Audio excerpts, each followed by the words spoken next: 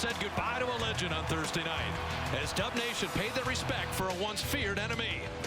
And Golden State now embarks on the most challenging trip of the season as they take on 3 Eastern contenders that feature several all-star candidates.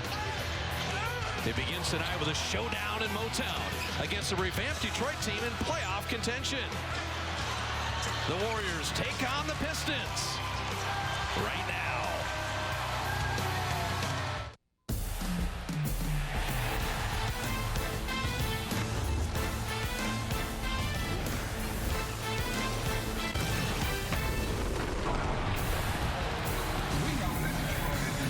Welcome to the Midwest. The Warriors home for the next 3 on the road in the Palace, honoring Ben Wallace tonight. Brought to you by Mercedes-Benz as the Warriors take on the Pistons. Now, the Warriors on the road began perfectly, but in their last 7, they have been human, and teams are taking a shot at them right now, all playoff opponents on this road trip. Hello, everybody. Bob Fitzgerald alongside Jim Barnett, and we're at the halfway point of the season. Tonight is Game 41. 3 straight playoff opponents on the road, 3 straight playoff opponents at home. This 6-game stretch with the Warriors not really playing their best basketball. Bob, the second half of the season is going to be very challenging for this Warriors group. Much tougher schedule. Starts tonight with this group who can really get on the boards with you, and the Warriors are not playing the kind of defense that can carry them through like they were earlier in the season. They've got to improve in that area. You look at defense, you look at rebounding when you look at this road trip, and it starts with Detroit. Stan Van Gundy has this team playing well at home. They are the best offensive rebounding team in the league. They can create havoc inside for you. You better be ready to block off. On Monday, a finals rematch with LeBron. Well, Cleveland is the best team in the East. They're 15-1 at home, and they've got LeBron James. Over the years, the Warriors have never really played well in Chicago. Chicago plays very well at home. They're a terrific defensive team, and they've got Jimmy Butler, who is playing at an all-star level this year.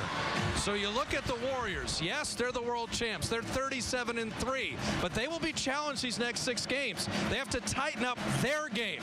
And one player that does that leads them emotionally, it's his homecoming. Draymond Green returns as a champion.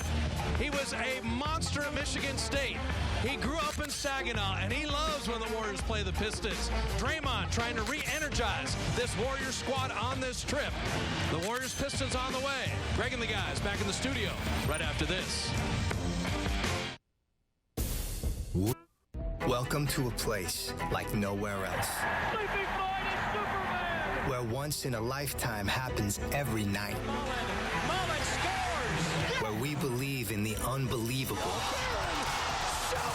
in the unpredictable, the incredible, where we make plans for the unforgettable, because here you never know. This is why we play.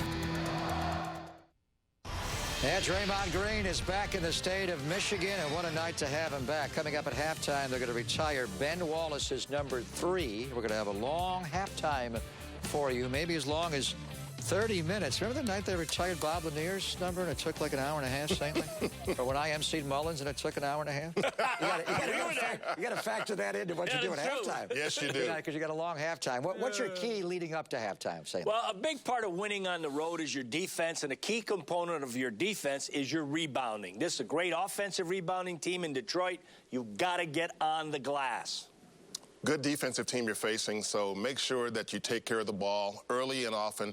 And I'm going to say this, too. You're going to get somebody else besides Steph that needs to give you some punch on offense. Let's see what kind of energy they had. They did not play a great game against the Lakers in winning on Thursday. And, of course, they lost in Denver on Wednesday. They flew Friday morning at 9 o'clock. They didn't practice, so it's a tough game today in Detroit against a much-improved 21-18 Piston team. So enjoy it. We'll see you at halftime when the Ben Wallace's number 3 goes in the Raptor. Well, that'll be at halftime coming up. Enjoy the first half.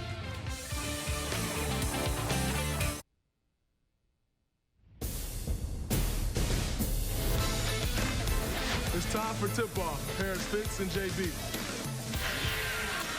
Draymond Green bringing us into his hometown as the Warriors take on the Pistons on a night they honor one of Draymond's idols in Ben Wallace.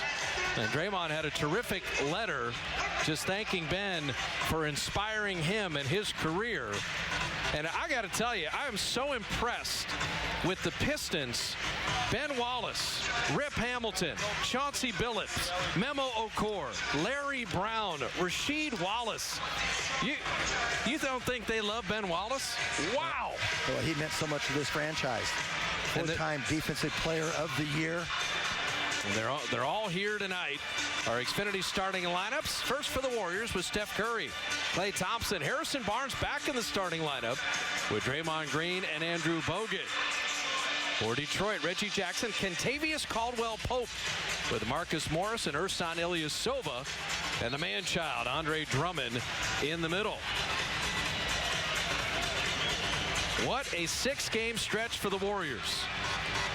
Detroit, Cleveland, Chicago, Indy, San Antonio, Dallas. 3 on the road and 3 at home.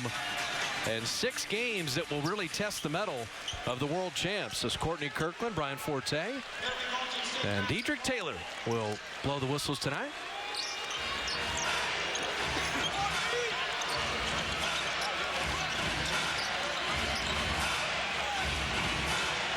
Steph Curry 3. Draymond kicked it back out. Klay Thompson from deep, and that's off. Warriors make about 13 threes a night. Detroit make about 9. They don't shoot that well from three-point range, and there's a little body contact from Klay. He got the ball, but he got the body.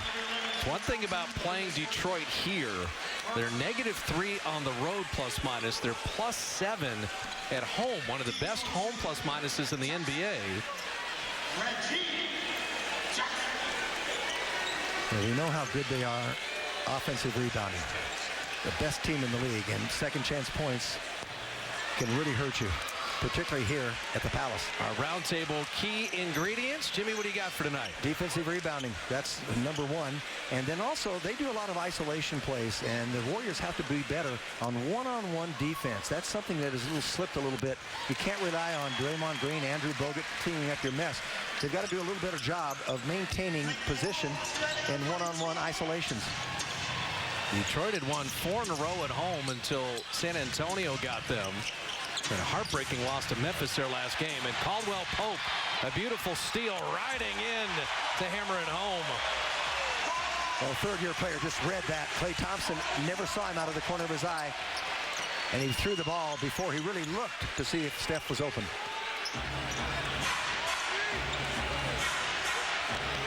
Bogut taking it himself and putting it up and in. I like that move. No other options. He's looking to try to get backdoor plays. He's got to be more aggressive offensively when they give him that lane.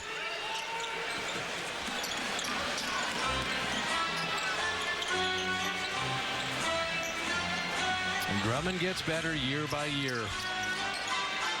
You just see that size and strength. And Bogut played the D, but Ilyasova, look what I found. Yep. No block off.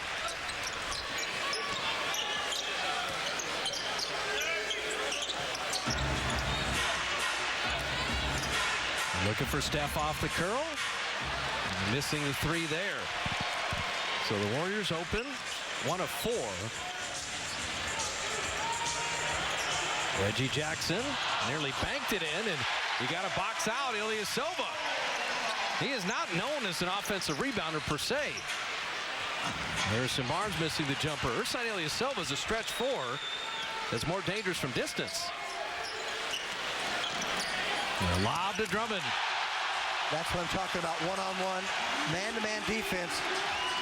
You don't have to give help if you can contain your man. Bogut slides over, and all of a sudden, right down the middle, slips the big one.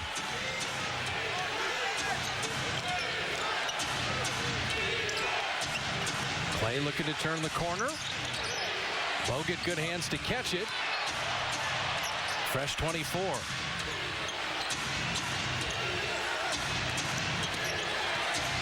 Klay Thompson cutting and couldn't finish. They're trying to make the right plays right now, just struggling a little bit with the offense. And Jackson bothered. The Warriors wouldn't mind getting up and down. Detroit, not so much. And Curry, who had 8 turnovers in the Denver loss, turns it over there, and Bogut committing the foul. Forces a foul on Andrew Bogut, which you don't like to see. He's got his work cut out with Andre Drummond.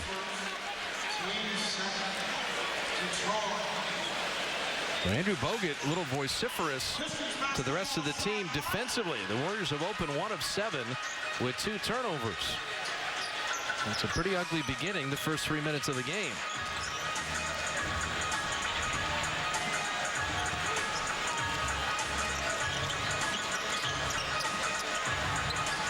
Morris for 3.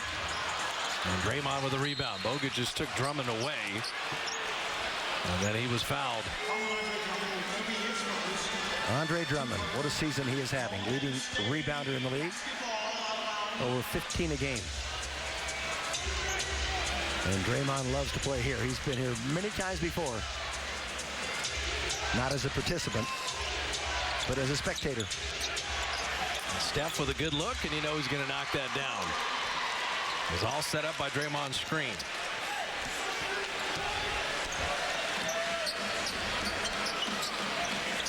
So Draymond's going to concentrate on Ilyasova now after those 2 offensive rebound putbacks. Oh, let him get around him. Shoveled inside. Bogut played the D. Covered 2 men. Did a great job. Good no call there as Ilyasova tried to take a dive.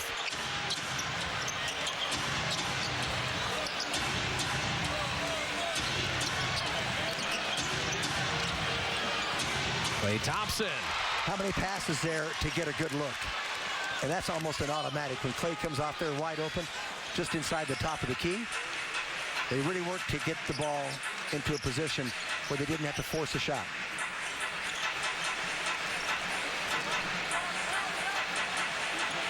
This is where Drummond's gotten better. Yeah, he's a very good field goal percentage. He's not going to take anything much deeper than that. And Andrew let him have it, no problem. Steph trying to throw the lob back.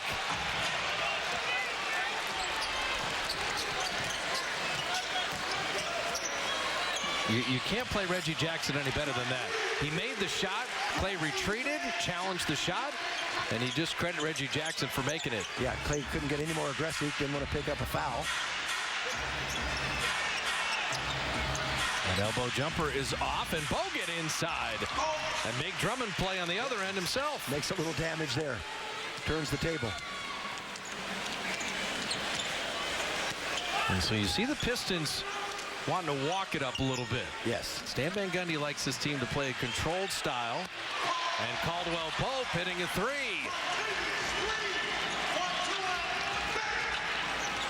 He's becoming a good player. I think he guarded Steph as good as we've seen. That lob nearly hammered home. And here come the Pistons. And Morris hitting it. And Detroit, in case you're wondering if they're a playoff team, this is how the Pistons play in this building in particular. 9 of 11 scored by Detroit. And Luke Walton will take a timeout. 61% shooting for the Pistons, holding the Warriors to 4 of 12. And they like to go to the big man inside.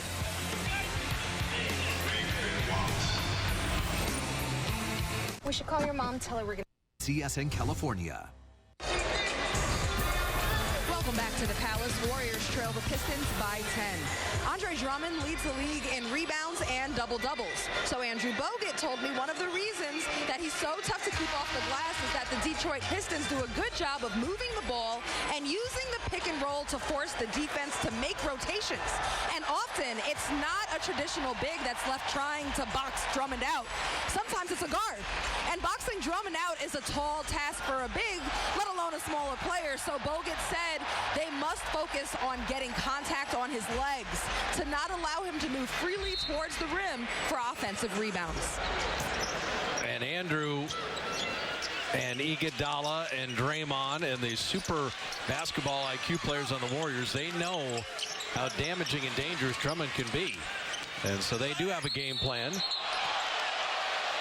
We have a foul. We do. Klay Thompson was going to travel, but was bumped into that. Yeah, Courtney Kirkland was going to call travel. You could see it. But they figured the foul was before the travel. Well, there's Courtney. When you have the lead, slot, and trail officials, the lead official is always ball side on the baseline. The slot is the one looking at footwork. So in that case, Brian Forte called the foul. Courtney was looking at the feet. So they both had correct calls. It was going to be a travel, but Brian just communicated with his partner and said, hey, it was the bump that forced Clay into the awkward step. And so it was good official communication and the call correctly done. Stan Van Gundy did a great job in Orlando, has a system he believes in, and you watching this young Pistons squad execute it. Well, they were 5-23 last year. Remember, they made the trade, or they just dismissed Josh Smith. Yep. They turned their season around. He believes in a penetrating guard. You got Reggie Jackson and Brandon Jennings for that. Stretch fours like Marcus Morris and Ersan Ilyasova. And a big man, it was Dwight Howard in Orlando. It's Drummond here in Detroit. And Bogut sending Drummond away. What a block. Drummond thought he was home free because he was inside. Draymond's got Jackson on a switch. He bulldogs him in the post, and he's fouled. It's the recognition of Draymond Green. All right, if I have a mismatch, I'm going inside, but it starts on this end, Jim, where the Warrior defense has to be more focused, and Andrew doing it. Sometimes Andrew Bogut just lulls someone into thinking that they've got an advantage. He did not want to pick up a foul, bumping him off there. He said, okay, I'm just going to crowd him, stay with him, and time it perfectly. And this will not be the case for the game, but Bogut has 4 points and Drummond has 4 points. At the center spot, and put Ezeli in there, if it's even in the same neighborhood, that's a win for the Warriors. I just like to see it be in the same neighborhood of rebounds. There you go. You're talking about over 15 rebounds a game for Andre Drummond. He started out this season like a house of fire. Pope, by the way, is getting better in his third year. And Ilyasova, well, he gave a nice pump fake there. We've seen him in Milwaukee. He is capable. He can go up and down. He's kind of a streaky shooter. 37% three-point shooter, but that's that stretch four part of the Van Gundy offense. And Steph Curry right down the lane. I love the way he can finish in traffic because he outsmarts them. They're thinking he's going to jump up. He just releases the ball while he's still down low. On the way up. Kentavious Caldwell-Pope missing that three. Long rebound. Iguodala in motion. Andre on the handle. And a good play by Jackson saved a layup.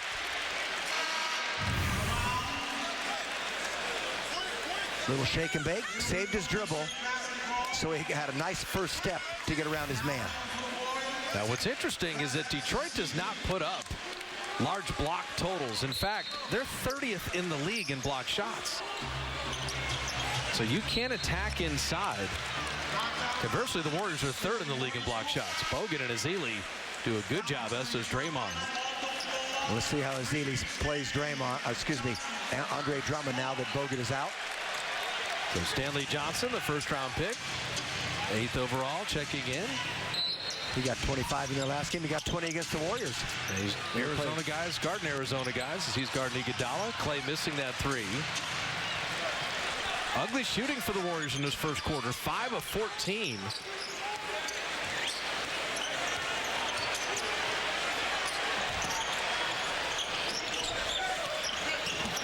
And Drummond tried to return the favor. Ezeli with the kick. You know, people always say Draymond Green can guard multiple positions. He just defended Reggie Jackson one-on-one singularly, and he made him give the ball up. That was tremendous defense, whether you recognize it or not, on an ISO play. Small man against a big, and he met his quickness. And that was one of your keys, better one-on-one defense. Yep, let's see what Clay does there. He stayed with him, too. That's two sequences against Reggie that you had Draymond and Clay not get beat individually. Curry, he shot a three for the Pistons logo. Well, if you came out here and watched him warm up, he shoots a lot of threes from that area as he does as part of his shooting drill. And I watched him today hit many of them out there. I wouldn't say he hit 50% of them, but I'd say he hit 25% from there, and he just launched it. I am laughing at the reaction of Tayshaun Prince, Rip Hamilton, and Chauncey Billups. They're seated in midcourt, and they all three were shaking their head. And Kentavious Caldwell-Pope hitting from the wing. And we've got a collision. Drummond and Ezeli both hit the deck. So he mishandles the ball a little bit right here, and he said, well, I'll just step and I'm right in my rhythm. Left foot came down, I'll step in with my right, and I can launch it from there. All right, Draymond's from Saginaw, and Steph just shot that from his porch.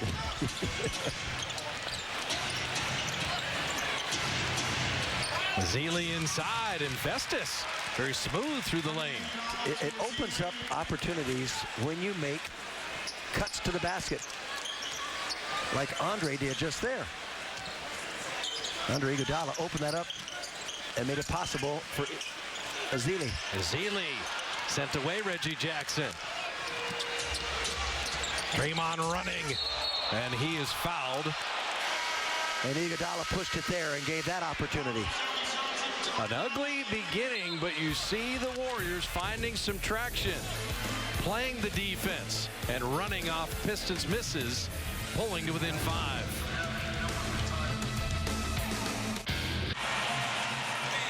Pistons lead is 5, and I like that. MSU and GSW, Draymond Green. And the heart and soul, really, of both of those teams. When you think of emotional leader, first team all defense, the barometer of how much energy a Warrior team's going to bring. It is not the size of the fight in the dog. It is the size of the dog in the fight, not when you talk about Draymond. Because undersized, you go tell him that. Leads all forwards in assists. Only 4 forwards since the merger have averaged 7 assists for a season. And he's got 8 triple-doubles. That's the most in the NBA. Well, you look at his stat line. He flirts with a triple-double just ever so closely in rebounds and points. 15 points, 9.7 rebounds. And for his position, to average over 7 assists, remarkable. I mean, that's the scariest stat ever. Opponent field goal percentage when he's on the court, 41%. When he's off, 47%. Well, that's why Mike Malone, coach of the Denver Nuggets, said, you know, we know Steph Curry is the MVP of the league, but Draymond Green may be the MVP of the Golden State Warriors team. He's that valuable. That stat really showed it, didn't it? Well, Draymond and Bogut together have developed such a tandem at the 4-5. And as you've already pointed out, Jim, whether it's switched on to Reggie Jackson or Kentavious Caldwell-Pope or coming back to rebound against Ilyasova, I mean, he's just a weapon defensively. Brandon Jennings first playing time. And Zealy. And Festus is very springy in this first quarter. Well, he's a quick jumper. He can anticipate here. Ilyasova's making some pretty good moves tonight. He gets denied there. That's just a quick jumper and timing it nicely. Shot clock at 3. Brandon Jennings, Draymond's on him. And an air ball did not hit iron. And so it's a 24-second violation. By the way, too, as Ilyasova drove, Draymond knew force him to the baseline because the team concept is for the center to be waiting there. If you do get beat, don't get beat to the middle, get beat to the baseline, where Festus is waiting or Bogut is waiting to help you. Yeah, you either have to shoot it yourself or throw it to somebody in the corner, and they get that covered.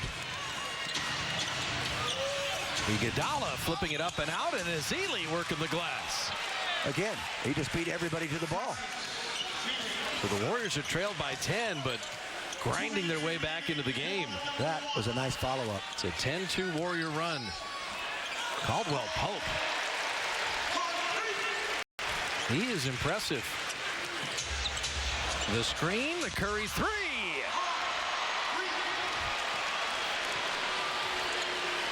And Rip, Chauncey, Tayshaun, and Rashid, they keep shaking their head. And they said, how would we guard this guy? Well, 3 of those 4 shot a lot of threes in their NBA careers. Not so much Rip Hamilton. Steph's got 10. Caldwell-Pope has 9. Kentavious Caldwell-Pope. Well, 2 games ago, he got 25 against San Antonio in a loss, but against San Antonio, he's strong. Draymond, beautiful lob to Zealy. I'll tell you what, they're getting everything you could get out of that man, Festus Ezeli, in the early going. The Warriors have more offensive rebounds even than the best offensive rebounding team in the league, Detroit. Caldwell-Pope averaging 14 a game. Ilyasova, the long rebound to Drummond. And that is a big charge. And guess who took it? Draymond Green. That's a big man right there. And if you're going to stand in front of him, that takes a lot of courage.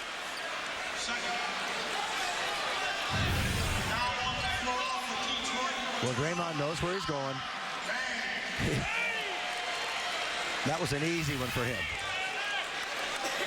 And one thing, too, if you're going to give Drummond a dunk, he shoots 35% from the free throw line. They should play Hackett Drummond later on in the game tonight if it's close and they need to.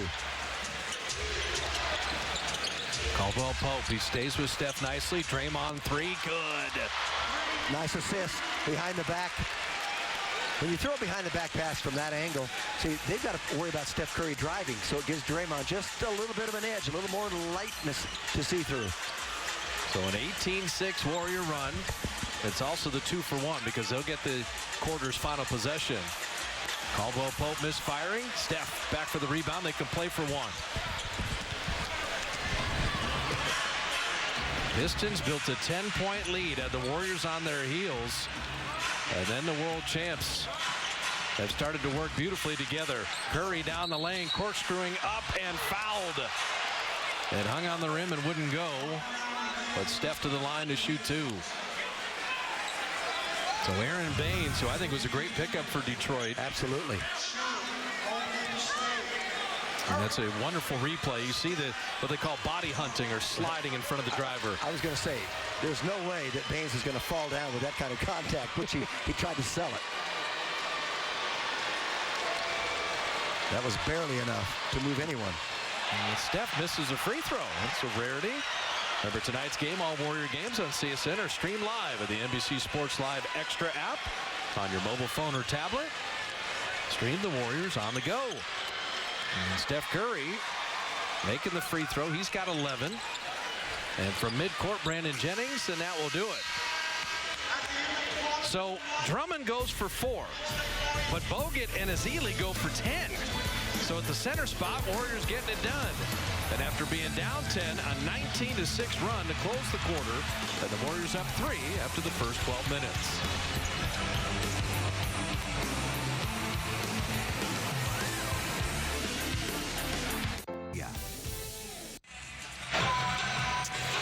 Now, Ben Wallace had one of the greatest hair styles, afros in the history of sports. And now it's all gone. He went from 6'10 to 6'4. That's why I didn't recognize him in the hotel today. He walked in. I said, well, I think it is, but the hair told me differently. Well, Ben Wallace, Artis Gilmore with Jose Cardinal and Oscar Gamble. Good, I like that. The greatest ever. One-on-one. Iguodala called for the foul. So Barbosa with Sean Livingston, Iguodala, Festus Ezeli, and Harrison Barnes. Former Warrior Anthony Tolliver, Aaron Baines, Brandon Jennings with Stanley Johnson and Marcus Morris. Johnson rattling out the jumper. He's a good open floor player. We saw that at Oracle. Just another Arizona product making the league. Livingston well defended. Ezeli, an extra possession. Barnes had the shot, took it to trouble. He may have beaten that man, but there was still Baines to beat also at the rim. Now Harrison driving, flipping it up, and rattles out. And will be Detroit ball. Harrison still has to learn to make that first dribble work for him. So he doesn't bounce it right in front of him at his feet. Make a little move, put it out in front, and you beat that man on the first step and the dribble. Warriors started 4 of 12, and they're 7 for their last 10.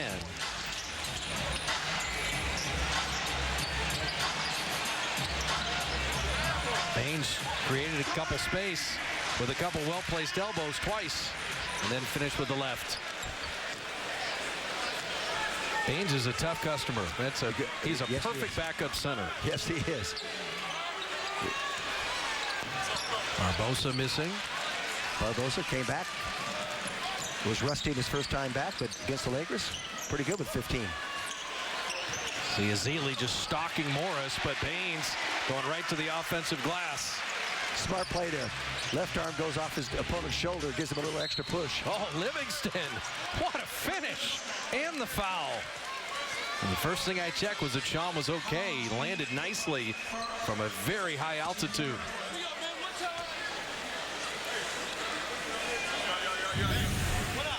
What's this like, Jim, when you drive and you get spilled like this? What's your thought as you're hitting the deck? I think that was a controlled spill. Okay. Okay, he finished the play in there.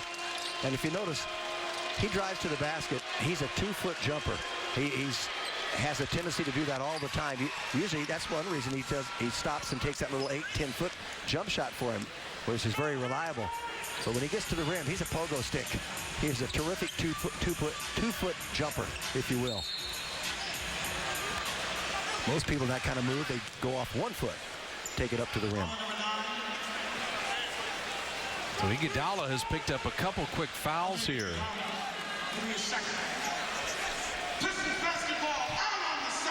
Pretty high-level game. Pistons were terrific at the beginning, and the Warriors responded with a beautiful 19-6 run. And now the depth of both teams. Tolliver's their three-point shooter with this lineup. Brandon Jennings and Ezeli sending that away. Jennings missing the three. Now, Ezeli gets it that easily. He's got to keep that in play because he gave them the possession. But I don't want to take anything away from him. He's been so good tonight. Off iron, but ricocheted out. Good work by Harrison Barnes. Barbosa looking for a seam. And Morris played the D, and LB with the foul. Yeah, that's a frustration foul. He did everything by keeping that ball alive, but then got it denied. Well, if you never saw Ben Wallace play and you're really young, he looked a lot like this. Hiding behind Harrison Barnes, and he just snatched that one. But he controlled that so easily. It'd be nice. Just a little softer, maybe to a teammate. Stanley Johnson attacking Ezeli. Festus has been there every time. He changed that. He did a great job not getting a foul there. Did a terrific job retreating and yet denying. Livingston missing the jumper, and Baines will collect it. Pistons at 41%, Warriors 44%. Anthony Tolliver's fouled, shooting a three.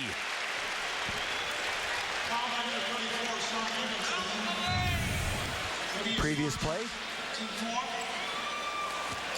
Jennings comes in. Festus makes him take a shot he really didn't like. So Anthony Tolliver, who was one of our favorites with the Warriors, up from the D-League, worked himself into really a quality NBA reserve. Absolutely. They got him this year. He's a good three-point shooter.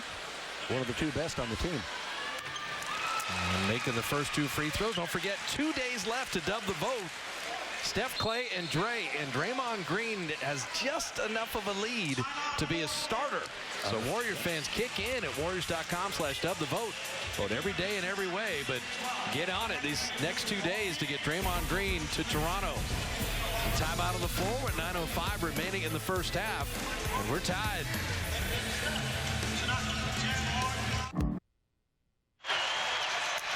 Even at 33 at the Palace of Auburn Hills. Bob Fitzgerald, Jim Barnett, Roz Gold on Wood A. Our Geico Advanced Analytic from the three-point line. It's the Warriors that are plus 17. Now, in NBA history, that's the best ever. But two Stan Van Gundy teams were very good in plus from the three-point line. And so you see what Detroit would like to build down the road. Yeah, they've just got to get a little better shooting and a little better response from people like Brian Jennings. In our Lexus pursuit of perfection, Steph Curry had 8 made threes against the Lakers. He already has 8 games this year with 8 threes. Yep, 8 and 8. By the way, that's the most ever in any season in NBA history. I said Brian Jennings. I mean Brandon Jennings. We saw him get 51. He is only playing his 9th game back from that Achilles tear that he suffered last January. Took him this long to bounce back. Yeah, Jennings. The Warriors make 13 threes a night, average. And that's just tremendous when you're talking about number 17 points per game better than your opponent. It's a huge advantage. That lob was behind Ezeli. Baines running the floor. So the Warriors are 1 of 8 in the quarter. you don't want to try to take a foul from Baines either. I mean, I'm not sure he can control his body as well as others out there. He's just kind of scary. Yeah, remember that Brandon Jennings 55-point game? Bogut was playing for Milwaukee. It was a fun one. It's funny you say Bogut, too, because Bogut's from Australia. Baines is from Australia. And I've played against Australians, not in the NBA, but a little later on, and they like to hurt you. They love physical contact. Well, this 4 minutes has been absolutely ugly. The Warriors 30-27 lead at the quarter. They have one made field goal in 4 minutes. And this group played so well in the fourth quarter against the Lakers. Didn't have to bring the starters back in, but tonight, different story. Baines is putting together a highlight reel. He's already exceeded his average. He's got 10, and it's a 10-0 Pistons run. So the three-point lead has become the 7-0 deficit.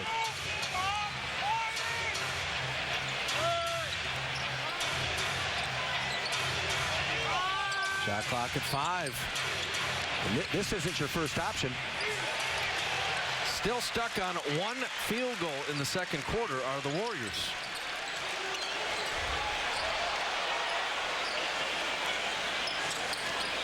Five of 10 versus 1 for 10, and make it 6 of 11. And Luke Walton's got to use the timeout. Second unit got roasted. No other way to say it.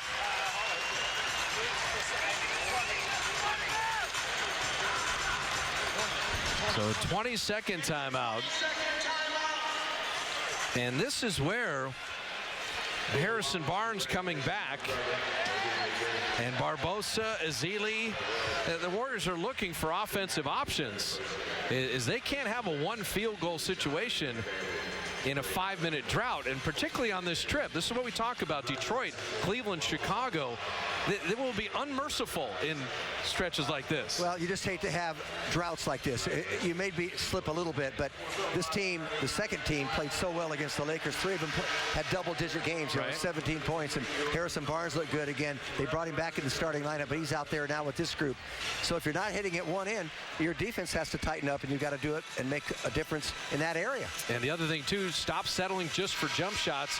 Go in, drive, draw a foul, get to the line, do something to change it up. Well, you got to get stops, and then you can run, then you get easy shots, and they haven't been able to do that.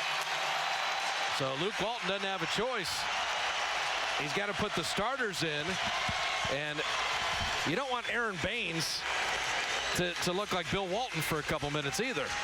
He's having one of those nights. I guarantee Stan Van Gundy didn't say, when I put Baines in, he'll go for 10 points in 5 minutes. His season high is 15, so he's way above, and that was just absolutely a miscommunication. So make it even worse. So this becomes Detroit's biggest lead of the night. Steph is back in, Clay, Bogut, Harrison Barnes, and Draymond Green. Curry missing the 3.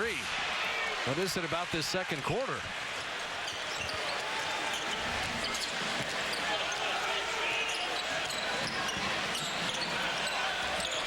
Baines the return pass, and Jennings had no shot. Klay Thompson, beautiful stretch extension, lay-in, and foul, and you just said get a stop and run off it. Good things happen. You get a stop like that, you get a guard driving, as Jennings was, he can't get back. You naturally have a 2-on-1. And Klay took advantage. Beautifully done by Draymond Green. He loves to lead that break, picks up another assist. So when you have a defensive position and you see that one of their guards is penetrating and he throws up a shot and he goes off the court, off the baseline, if you get that rebound and run, you're going to have a man advantage somewhere. It may be a 2-on-1, it may be a 3-on-2, but you're going to have an advantage. Klay Thompson completing the three-point play. Andre Drummond back in with Tolliver, Kentavious Caldwell-Pope, Reggie Jackson, and Marcus Morris.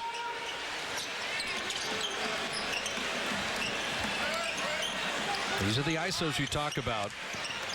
And Morris goes right around Harrison Barnes to lay it in. It just made it too easy. Maybe he wants to force baseline, but you can't give him baseline. There's a difference.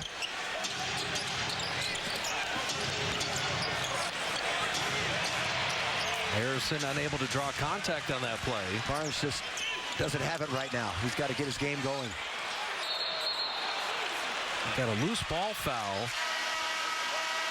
And I wonder if it's on Bogut. It is. So 5:42 remaining in the half, and the Pistons have owned the second quarter, and the Warriors trying to get back into the game.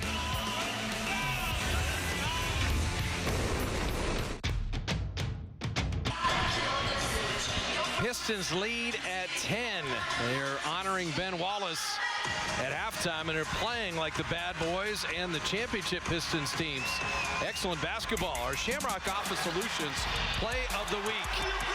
When Steph Curry dunks, it becomes the Shamrock Office Solutions Play of the Week. Only his second dunk of the season, but I'm with Luke Walton. I wish Steph would never dunk. It scares me every time he lands.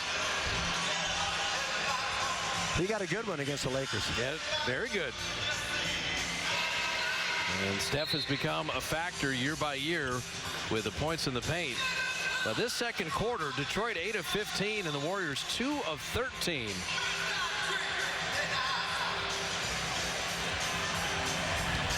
Detroit, Cleveland, Chicago, Indy, San Antonio, Dallas. These 6 games, you're dealing with all playoff teams, and all of them in a row. 3 on the road and 3 at home. And you want to get off to a good start on a road trip. Warriors usually do.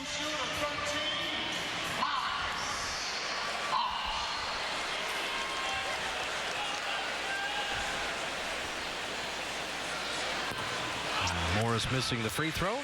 Season ticket priority wait list chugging along up to 21,000. Waitlist members get priority access to exclusive presale opportunities and the best available season tickets the moment they become available at 888-GSW-HOOP. With representatives ready to help you right now. So the Pistons lead is 11. Warriors were up 3 at the end of 1. Disaster first 5 minutes of this second.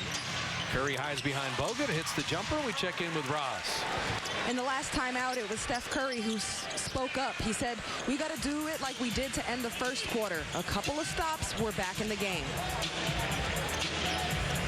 That's what Jim has been saying, this end of the court. Right. And they're attacking Harrison Barnes' defense. He's having a tough night. He's played 13 minutes, yet to score. We saw Ilyasova go around when he switched early in the game. Curry missing. Draymond tipped it to Bogut. I'm going to call that an assist. They probably won't give it in the book, but I agree with you 100%. That was a controlled tip. He knew exactly what he was doing. He knew that Bogut was there at the front of the rim.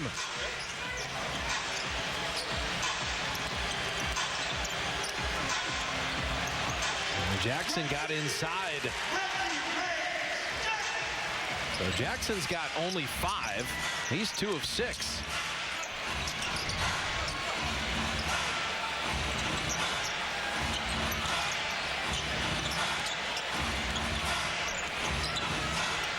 Bogut setting that screen. Harrison had a good look. You can't buy one.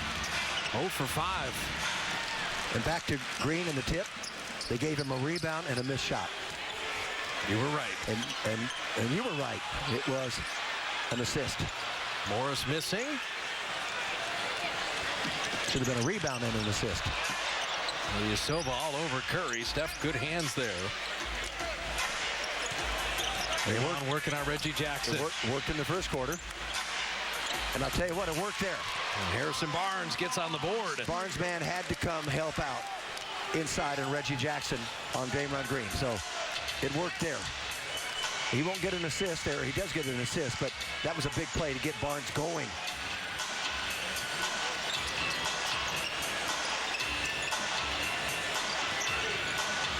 Shot clock at 5. Caldwell Pope rising and firing it in. Latavius Caldwell Pope, 6 of 9. He plays both ends, doesn't he? They got a good one out of Georgia. play losing it out of bounds. 6 Warrior turnovers. Detroit only 2. So Brandon Rush, his first playing time. And as you said, a very rough 15 minutes for Harrison Barnes. Well, Brandon Rush had a nice little run there when Harrison Barnes missed those 16 games, and Harrison didn't start when he first came back. So Brandon Rush got 23 starts and did an admirable job. Very nicely done. Caldwell Pope. He's guarding Steph on one end and scoring on the other. I don't know much you can do about that. A jump shot fading away, quickly done. Not much you can do about that either. Same scenario.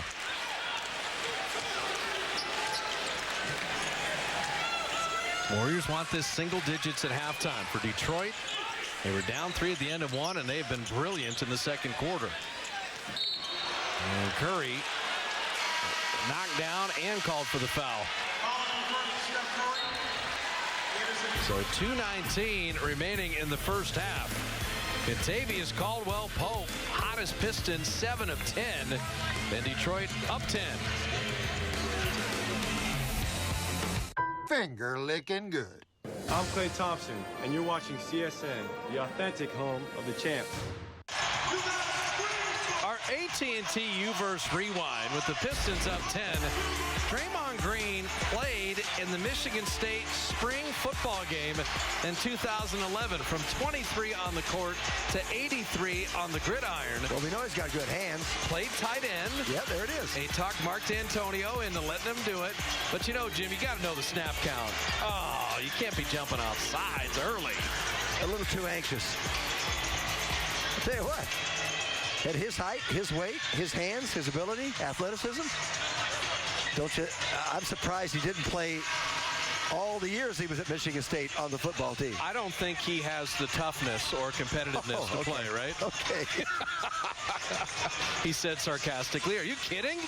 I'll take Draymond Green on my team in every sport.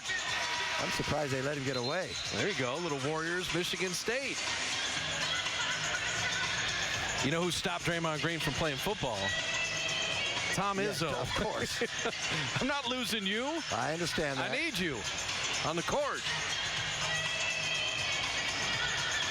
Happened to me in high school. I wasn't going to play, except I was going to be the kicker, you know, my senior year, because I could kick a football and kick after points and field goals. And my high school coach said, you do that, you don't play in the basketball team. That was a quick decision.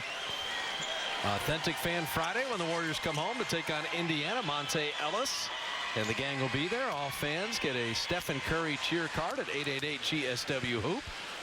I also was going through my notes, Jim, and there are no NFL tight ends making $82 million. Okay, that's another good reason. I mean, Draymond has chosen wisely.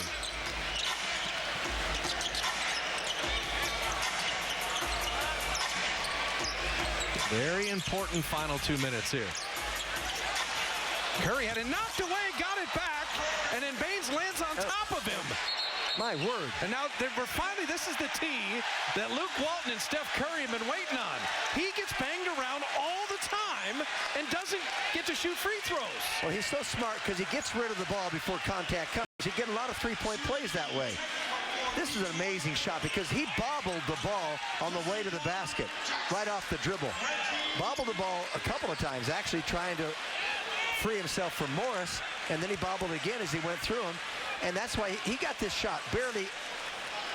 He was barely in the air. So cleverly done. And then he gets clobbered. You'll see it here. Watch him bobble the ball. That is a foul. That's a foul. I mean, that's not even a hard call. That is a foul. And Baines rolled over on his ankle. And that's the MVP of the league, okay? So when you watch James Harden and Dwayne Wade and all these guys shoot 10, 11 free throws a game, that's not a foul? Come on. That's not a hard call either. It's not a hard call. I like the technical that he got.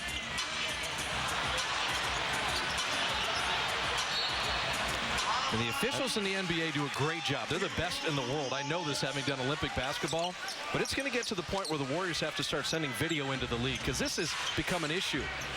That's the way they try to stop him, is to bounce him all over the place. As I told you before, Bane's Australian. He's not going to control his body. Like, you can just tell the way he plays. He's not going to be that way. He's going to be a tough competitor. And Draymond fouling Marcus Morris. And now Draymond will get a tee. Be careful. You don't want a second one. The reason I said I like the tee from Stephen Curry, because when he speaks, people listen, because he doesn't overreact. And he keeps his emotions under control. And so I think that technical that he got will work in his favor. He'll get the benefit of the doubt. Draymond's had a bunch already this year. I forgot counting, but you got to be careful with those. So the technical free throw missed, and now Morris to the line. Now what will happen in halftime, just the game behind the game, is that the crew will go look at Steph protesting that call. They'll see the same replay you saw at home. They'll realize they absolutely missed that, all three of them. And they will come out and apologize to Steph Curry at halftime and say that they missed it. And that's human nature. That's fine. But for the level of physicality that this guy takes versus the number of free throws he shoots, it's not right. Well, he did everything perfectly there. As I said, I love his ability to go in, release the ball on the way up. The big man has no chance of blocking it. He jumps late because he can't time it, and then he lands on you or hits you, and you get a three-point play. There's a lot of trust in that pass. Brandon Rush out of the corner. The Warriors are misfiring from distance. I love the way Andrew Bogut leads people to the basket. You better keep running, or it's a turnover. He does that nicely. He and Steph are working beautifully on that. Baines has had a terrific game. Yep. Baines with a dozen off the bench. Pistons with a wonderful first half. They have the 13-point lead, and they're limiting the Warriors to 41% shooting. Said Detroit in this building, they're plus-minus in the top 6 in the NBA.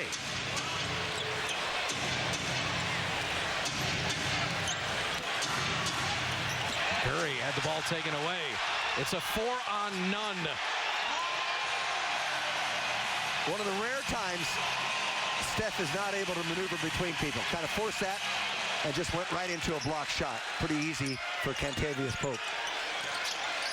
As I said before, he's really great, but you can't be perfect all the time. Clay missing a three, out of bounds to the Warriors. This is Detroit's biggest lead. The Warriors led by 3 at the end of 1, but an 18-point swing in this second quarter.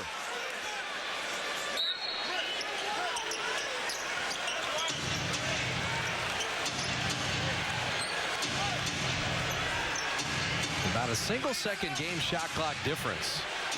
And a half that the Warriors will not mind seeing end. Clay rising and dropping it in. Great recognition, little step back. A lot of people never master that move, and he does that as well as anybody I've seen. Reggie Jackson, and that's the kind of half it's been for the Pistons. They have played great basketball.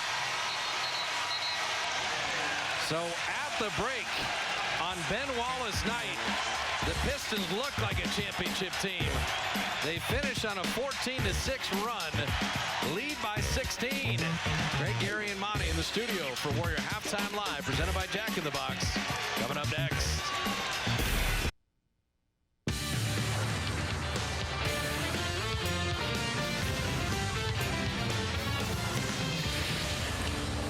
Well, they are going to have an extra long halftime inside the Palace of Auburn Hills as they're going to retire Ben Wallace's numeral 3. A lot of his teammates from the 03-04 champion Pistons. The great Larry Brown came from Southern Methodist University to be there.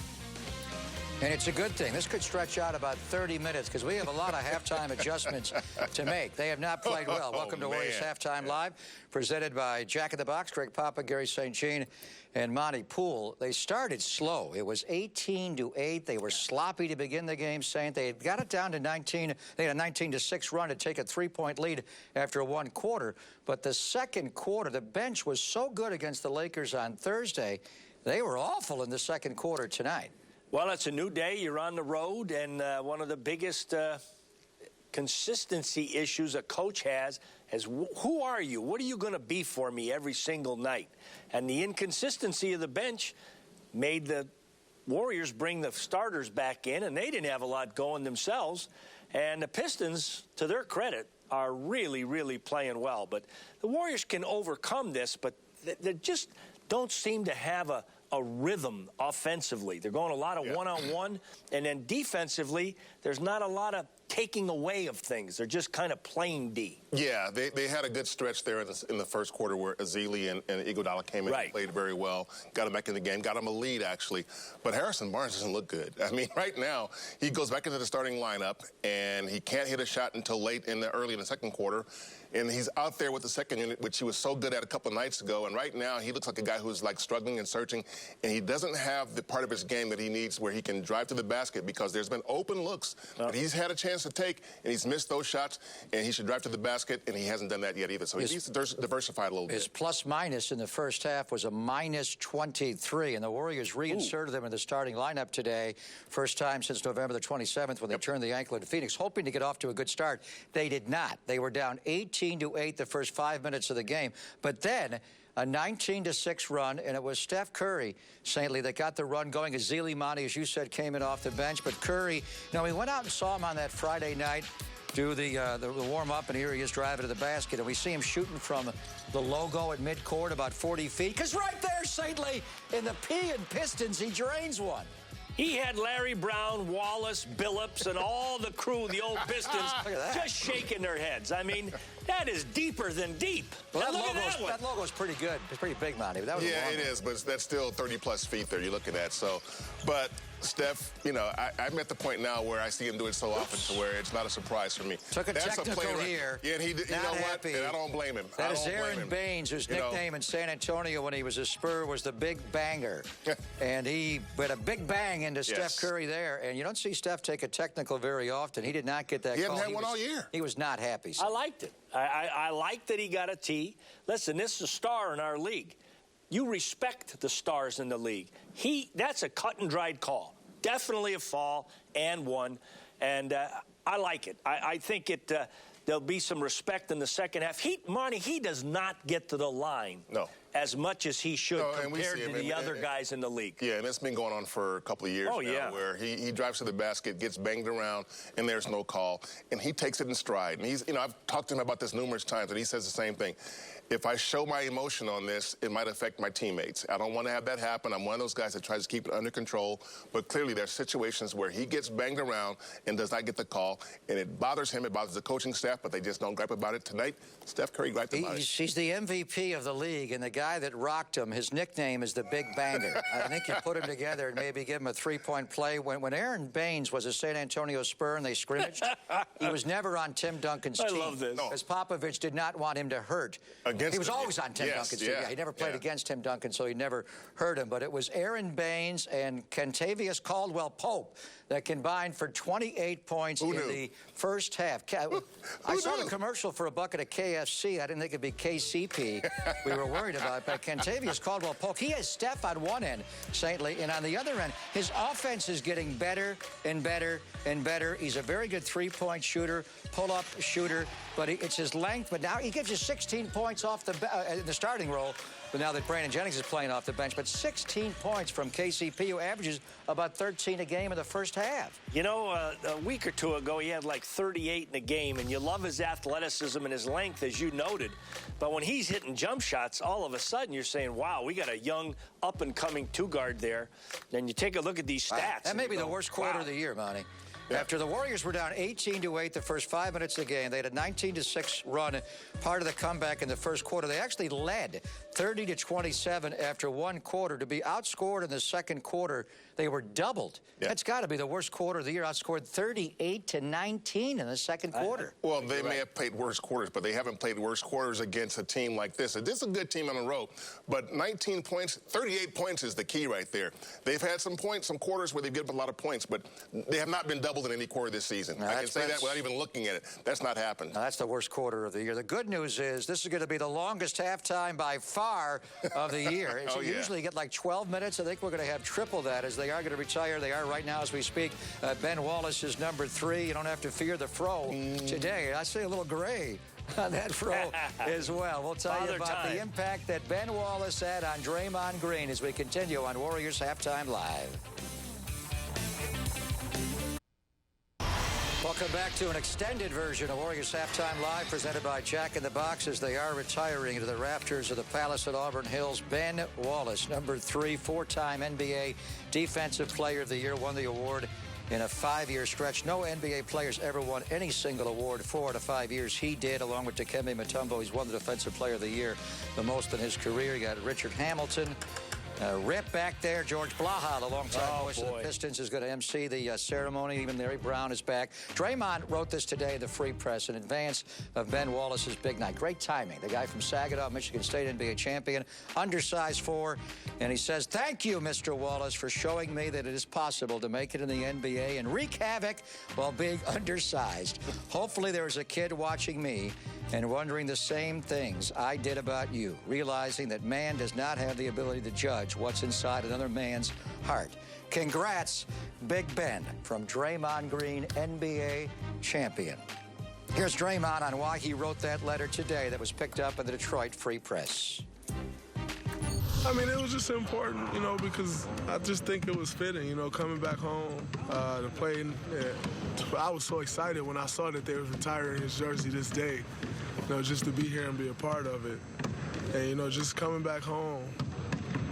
I mean, there's how many, like, what do you do, send a text? Congrats, buddy. You'll get 1 million of those, you know. What do you do, walk up to him and say, "Ben, congrats"? 1 million people's going to say that.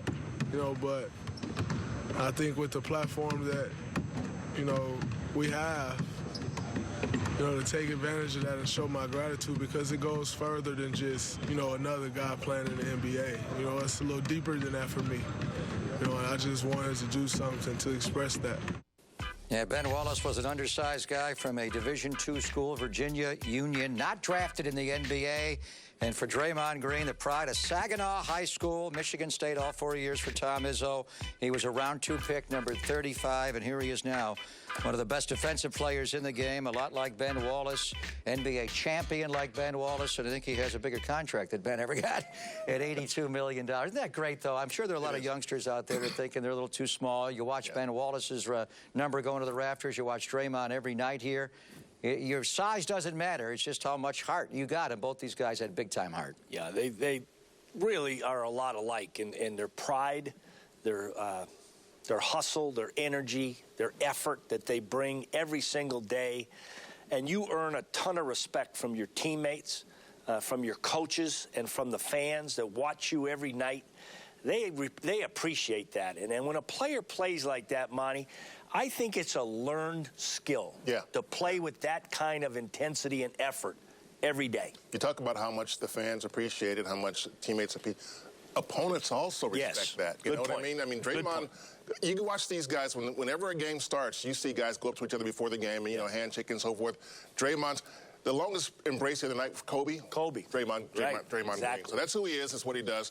And Ben Wallace was the same way. Guys loved playing against him, understood that it was all about the competition, and that two guys that they know where they came from, too. Two guys that didn't come in the league with blue chips. Two guys came in the league having to prove themselves and did so. And you said it's a learned behavior. Draymond learned it watching this guy. Whether Ben Wallace was wearing the cornrows or the big fro, the fear of the fro, the entire NBA feared him. He had some incredible blocks there against one of the Warriors but I remember one he had against Shaq as the Miami Heat, where he jumped on him from behind.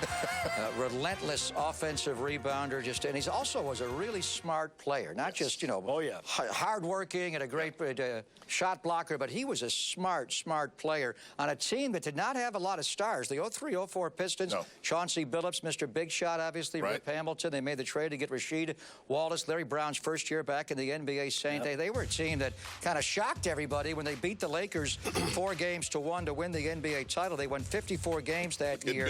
Indiana Pacers actually won 61, but they beat Indiana in the Eastern semis, and then they beat Shaq and Kobe in the NBA Finals 4-1 to give the Pistons their third NBA title. The bad boy. We're going to count the two of the bad boys, one Saint? I guess we have to. Well, McFilthy and McNasty. You have to count them, man. Phil Laimbeer. And Slim Ricky. And Joe Dumars built this team. He won the two in the backcourt with Isaiah, the Nasty Boys that went back-to-back, and what a great group there of past NBA champions from Detroit. They are going to honor Chauncey Billups later in the year. They're going to retire his number as well, but a lot of the former teammates. The Prince of the Palace, Tayshaun Prince, a great defender at small forward. And really one of the teams that kind of shocked us by breaking through that year to win the NBA title. You usually think of NBA champion teams and you say, well, this guy's a Hall of Famer, that guy's going to be a Hall of Famer. Even the Warriors, young team, you can say Steph Curry's, you know, he's on the Hall of Fame path. You know, you already know that. With that Pistons team, they had some really good players, but there was no sure-shot Hall of Famer. Only the coach, Larry Brown. Well, that matters, but yes. But none of the players were on high draft picks. It was just a real team's team. Yes, they got it. Well, Joe Dumars became the GM, and really some great picks. But, you know, when you got guys that are willing to give up I and me and play for we and us and sacrifice and play together and really take pride in your defense, and then you get that physicality of Wallace, and then you got a lot of other great players that fulfill their roles. Look at Billups, the way he bounced around, and then he became a star on this team. So you don't know where home is going to be, and you don't know where those championships are going to come, so you better value every time you get on the floor. All right, Draymond Green came out of the Warrior locker room early at halftime to watch the number going to the rafters for Big Ben Wallace. The Warriors need to make some halftime adjustments. This lengthy halftime may help. That's next on Warriors Halftime Live. Welcome back to this extended version of Warriors Halftime Live, presented by Jack in the Box. There's Chauncey Billups, who is going to have his number one retired in February. They're doing right now. Ben Wallace is number 3 going into the rafters, and the ceremony looks like it's wrapping up very shortly. So welcome back in studio, Greg Papa, Gary St. Jean, and Monty Poole. First of all, from a coaching standpoint, this is almost like the football equivalent of the Super Bowl, where your halftime goes from like 15 minutes to 45 minutes. The NBA halftime is 12 minutes, and it's going to be at least double, maybe be triple. So how do you change what you do at halftime, Saint? Well, your PR guy, Raymond Ritter, tells you exactly how long they're saying it's going to take. And you tell the guys, hey, kick it back for 15, 20 minutes, and then you go through your regular routine of maybe watching a quick edit of your offense and your defense where you want to make adjustments. Then you might put it up on the board, what you want to go over there, and then you get to your same routine that you go back out and work, get on the floor and work out for, 5-7 minutes that you're normally out there. So it's an adjustment, but that happens. They were sloppy in the first half. I think the biggest adjustment actually will come on defense. It has to. That's what always starts, you know. They got 65 points. You're giving up 27 points, I think it is, to Kentavious Caldwell-Pope and Aaron Baines. When those two guys go for 27 and a half, you have an issue. So I think that's where they start, and that's where they usually start. When the Warriors come back, it usually starts on the defensive end. Same thing has to happen here. They gave up 65 points. Their first loss of the year in the first half in Milwaukee, they gave up more. They gave up 70, but they gave up 38 points alone in that second quarter, and the Pistons shot 54%. This is a team that averages about 101 a game, 104 a game, and you've been noticing slippage on the defensive end. When Steph was out those 2 games, the one game in particular in Dallas, they did not play a great game in Denver. The energy wasn't there. The Lakers just weren't very good on Thursday. Right now, this team is kind of in a lull. They are, and this can happen. This is the time of the year. They're looking toward the All-Star break in February, and they've got a tough 6-game stretch here. Quality opponents, 3 on this road trip that are all going to be Eastern Conference playoff teams, and then 3 when they come back, and none of them are going to be easy. And indicative of the first half was within the last minute, Curry penetrated, the ball got deflected. They had 4 on nothing on a fast break. Did you ever see that? That's not the Warriors. Did anybody get back across midcourt? Nobody. So Steve that's Kerr not going crazy. Running laps after that. That's Steve not, Kerr is going crazy. Yeah. Now, here's the big moment. Ben Wallace, undrafted Virginia Union, actually came to Detroit in the Grant Hill sign and trade to Orlando. They got Chucky Atkins, and the throw-in was big awesome. Ben Wallace, and This is going to be awesome. they're going to give him a big number 3. Yep. They should put a little fro on there. They should put a little fro? Yeah, put a little fro on there, a little fro logo on top of over the Wallace there. That'd be perfect, man. That was just a silhouette there. Monica's family, beautiful family there. He had a big afro when he played. Now, it's going up in the rafters with the Pistons. Great. The originals were Dave Bing, his number 21. Bob Lanier, his number 16. Saint, one of your favorites, the Dauber. Yep. And then you got the bad boys. They got a few guys up there. I think Isaiah's up there, and Joe Dumars. Yep. Dennis Rodman, probably Bill Lambiers. He wasn't a real popular NBA player. No, I won't even expound on him. But you see, now it's all automated. That thing's going up. In Boston in the old days, when you got your number retired, you had to pull the rope. It was on a pulley, and you had to keep pulling and pulling and pulling. My gosh, by the time you had a torn rotator cuff by the time you were done pulling that thing to the rafters. All right. Looks like Julius Erving when he retired. He does, doesn't he? And then distinguished with the gray. Yeah. Congratulations to Ben Wallace, four-time NBA Defensive Player of the Year. Yes. And the time for Draymond to get the Warriors going. We Maybe need a inspired big by dome. Ben Wallace and George Blaha, One of the greats longtime right voice there. of the Pistons. Great guy. During sleep trains. We are back at the Palace. Bob Fitzgerald, Jim Barnett, Roz Gold on Wood A. The lengthy halftime for the jersey retirement of Ben Wallace. And a spectacular sequence that we will share with you momentarily. But Kentavious Caldwell-Pope, Jim, scoring 16 on one end and then guarding Steph Curry on the other. In the KFC bucket chart, Caldwell-Pope is very right-handed. Well, he neutralized Stephen Curry's output this game so far in the first half. Terrific shooting, 7 of 10. He did make that 1-3, but defensively, he's made it very, very tough as well. And so the second quarter shooting, a huge problem where the Warriors were outscored 38-19. They went 8 for 26 from the field. And the bench, 12 of those 19 for Aaron Baines. That's been the biggest revelation and probably why the Pistons have the large advantage. Yeah, Baines plays 8 minutes, gets 12 points, gets 4 rebounds, and their bench outscored the Warriors bench 19-9. And the second quarter became a disaster. 3 Pistons in double figures and just Steph and Clay for the Warriors. And so a 3-point lead at the end of one is morphed into a 16-point deficit. And out of Virginia Union, the 4-time Defensive Player of the Year, the leader of the 2004 World Champion Detroit Pistons, Ben Wallace, having his jersey retired in just a spectacular ceremony. I'm just glad to be here as an NBA fan. This is really something. And so many of his teammates, from Rip Hamilton and Chauncey Billups, Tayshaun Prince, Memo Okur, Rasheed Wallace spoke at halftime, and he did not say both teams played hard. He had nice things to say about Ben Wallace. It just really was a nice night. Very nice. And Ben Wallace, I loved his acceptance speech. You could see that he's got values, and this franchise meant a lot to him. And he said he grew up and became a man because of the Pistons. The Coors nice Light family. Cold hard facts. Fear the fro when you came to Detroit. Won the championship, the 4-time Defensive Player of the Year. He's a 4-time All-Star. Led the NBA in rebounding twice and the league in blocks, and he was something special. Larry Brown, his coach, said, "You're the best defensive player at your size ever."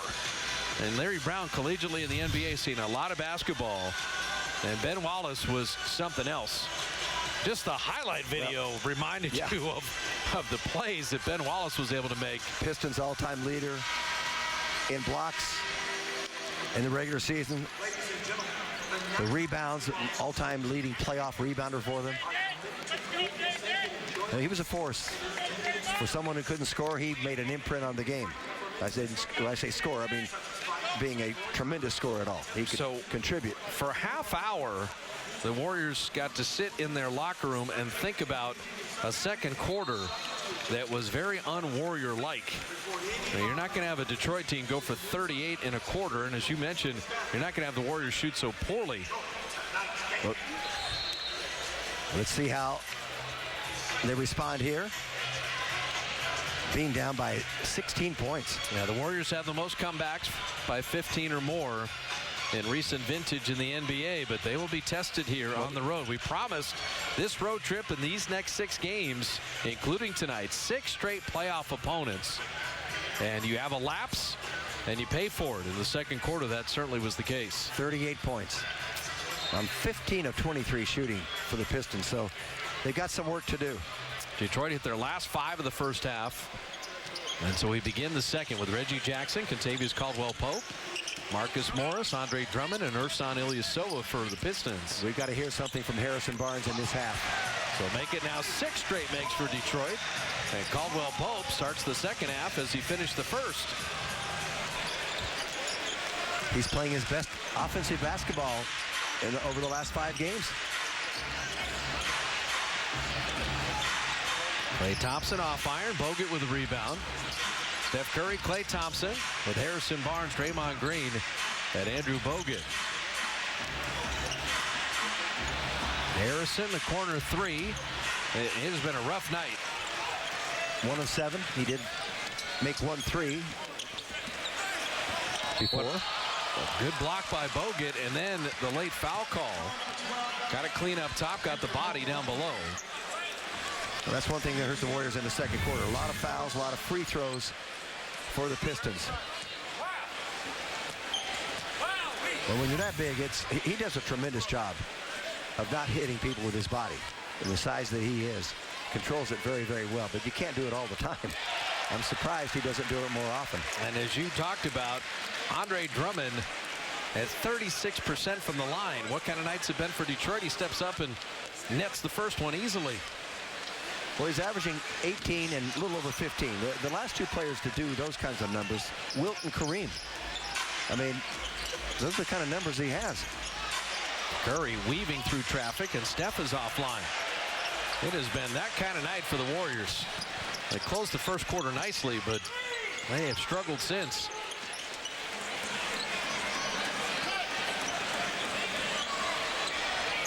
Total clear out for Drummond, and he commits the most obvious offensive foul you'll ever see. We got a little too rambunctious there, because that is not his strength, facing the basket from 15 feet away and trying to make a move. So what's the Warriors' mindset trying to get back into the game here as Curry lays it in? Number 1, take care of the basketball that you're in and get good shots, okay? They'll fall for you. This is a great offensive team. But you've got to be more alert defensively. You've got to play your man. You can't allow players to get to spots that they like, take away their strengths. Bogut's going to have to help. Drummond's going to try it again. Drummond misfiring. And a loose ball foul on Ilyasova. Well, Barnes got inside him. Remember the 2 that Ilyasova put back in? Of course, sometimes they do switch. Early in the game, they did that a couple times, so they forgot about the responsibility. And I like you said shot selection, because there's no 17-point play. It's got to be possession by possession. Right. And the Warriors are a great 3-point shooting team, the best in the league, but you don't want to just start jacking up shots. Steph off iron. He got the shot he wanted there. Took his time. Under control. That's deep position. And Drummond's missed a couple now. First goal is to get to single digits. And down 17, you want to be single digits heading into the 4th. That's the first goal. They got a lot of time to do it. Ilyasova is fouled. You got to get scoring from Barnes. You've got to get a little bit of scoring from Draymond Green. You'd like a few threes to come from Klay Thompson. We know Curry will deliver that. And then off the bench, you've got to get something from Iguodala and Livingston in this half, as well as Barbosa. I thought Festus played extremely well. Couldn't ask much more there, but It's got to be a team effort here on the road. Although when Festus sees Baines, his whole job will be to keep Baines out of the lane. Yeah, that's part of his defensive assignment. He's sometimes players who block shots like that like to help a little too much. But otherwise, Festus was terrific covering up teammate mistakes. Drummond got a piece of that. Well, he was trying to pass it rather than shoot it. Contavious Caldwell-Pope missed wide left. And even misses become open opportunities. Reggie Jackson taking advantage. That was a warm-up shot for him. He had all the time in the world.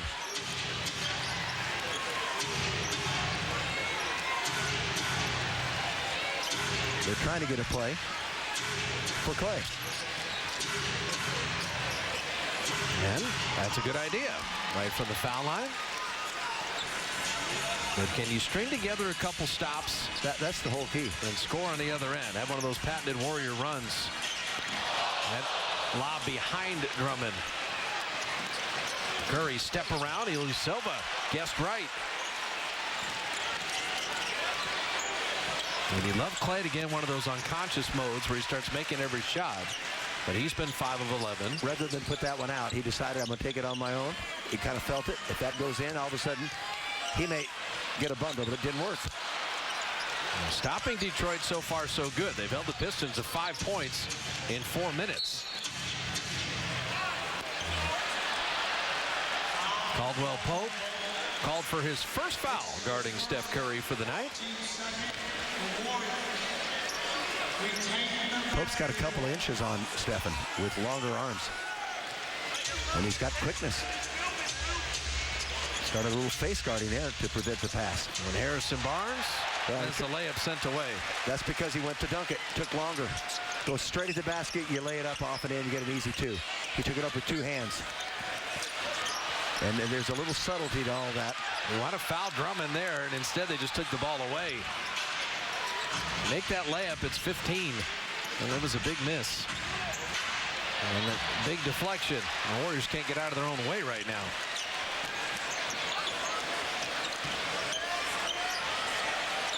They're doing fine defensively.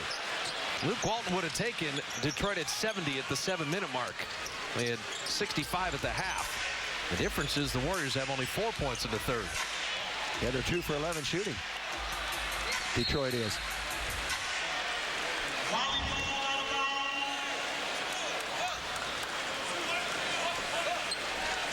Detroit's done a pretty good job of cutting off all the cuts to the basket. Stan Van Gundy has them very well prepared for that. Yeah, they have Steph and Clay 12 of 28. Deep 3 on the way. Yes, sir. And so now, just a couple in a row. Continuing the stops and get that Warrior rhythm offensively, and they'll be fine. Drummond down the lane, and Bogut going to make him earn it. He fell awkwardly, but it was just a grab foul. Bogut went to help him up, and Andre Drummond didn't want anything to do with it. He just put his back to him. You'll see him grab him right at the bicep. He goes to pick him up, but Drummond never turned around. Bogut's 4th foul. 35% from the line, not a bad foul. The Authentic Fanuary continues with 31 days dedicated to our authentic fans. Amazing prizes remain, like Warrior tickets and a chance to watch a game in our studio with Greg and Gary. Log on to csnbayarea.com/authenticfanuary. So Bop and Saint in there watching the game, having fun. Drummond splitting a pair. Ilyasova will track it down. Well, those are the things just can't afford to happen. We got a rebound foul on the Caldwell-Pope miss, and this is on Harrison Barnes. Harrison is at a very rough evening. The Pistons are the more aggressive team right now. They're more alert. Steph, good awareness, deflecting that, coming up with a steal. And you see Detroit getting their hand in the passing lanes routinely. Yes. As you said, Stan Van Gundy has them very well schooled right now. They're holding the Warriors to 37% shooting. This is the best shooting team, essentially, along with San Antonio in the NBA. And Steph Curry is tackled again. And this time it is called a foul. So Pope played the whole first half without being whistled for a foul. He's been called for a couple here.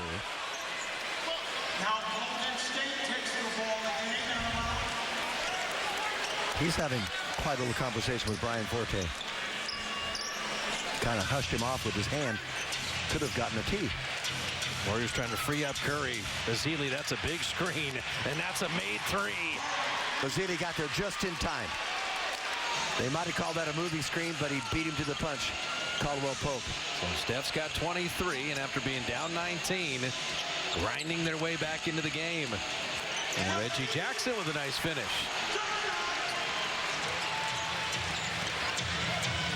A little more aggressive, pass ahead, at least take a look. Klay Thompson off iron, and Marcus Morris with a rebound.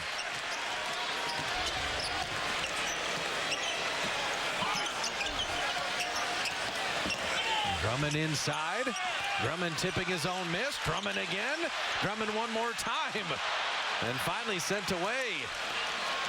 Drummond is 2 of 11 in the game. And Klay is foul shooting a three.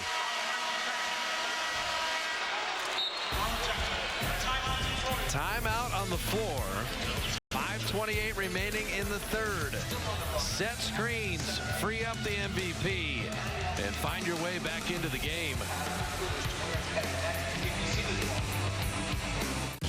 During Sleep Trains. I'm Mindy Bach in the Comcast Sportsnet studios. A lot of highlights from the divisional rounds in the NFL playoffs. Kansas City taking a franchise record 11 wins into Foxborough, but the Patriots, of course, the defending Super Bowl champions. In the third quarter, Tom Brady connects with Rob Gronkowski for his second score. Patriots win 27-20. They advance to their 5th straight AFC Championship game. The NFC game underway with 2 other quarterbacks with Bay Area ties. We'll have all those highlights for you coming up tonight on Sportsnet Central after Warriors Post-Game Live. Fitz, JB. All right, Indy, best weekend in the NFL. Playoff games today and tomorrow, determining the conference championship game matchups. The Ford right choice, only 2 days left in terms of all-star voting, and Draymond Green is a starter currently with Kobe Durant, Curry, and Westbrook. Warrior fans, it's a little too close for comfort against Kawhi Leonard there. Now, we built that graphic before the game, right? And you voted during the game. I voted during the game and a timeout. So add one more for Draymond, Klay, and Curry. 3 free throws for Klay Thompson. In this quarter, the Warriors have held Detroit 3 of 17. That's spectacular. But the Warriors are 4 of 14 in their own right. And if he makes this, it's gone from 16 to 12, but they're still 12 down. You would think they'd get to single digits with the kind of defense they've been playing. Iguodala checking in.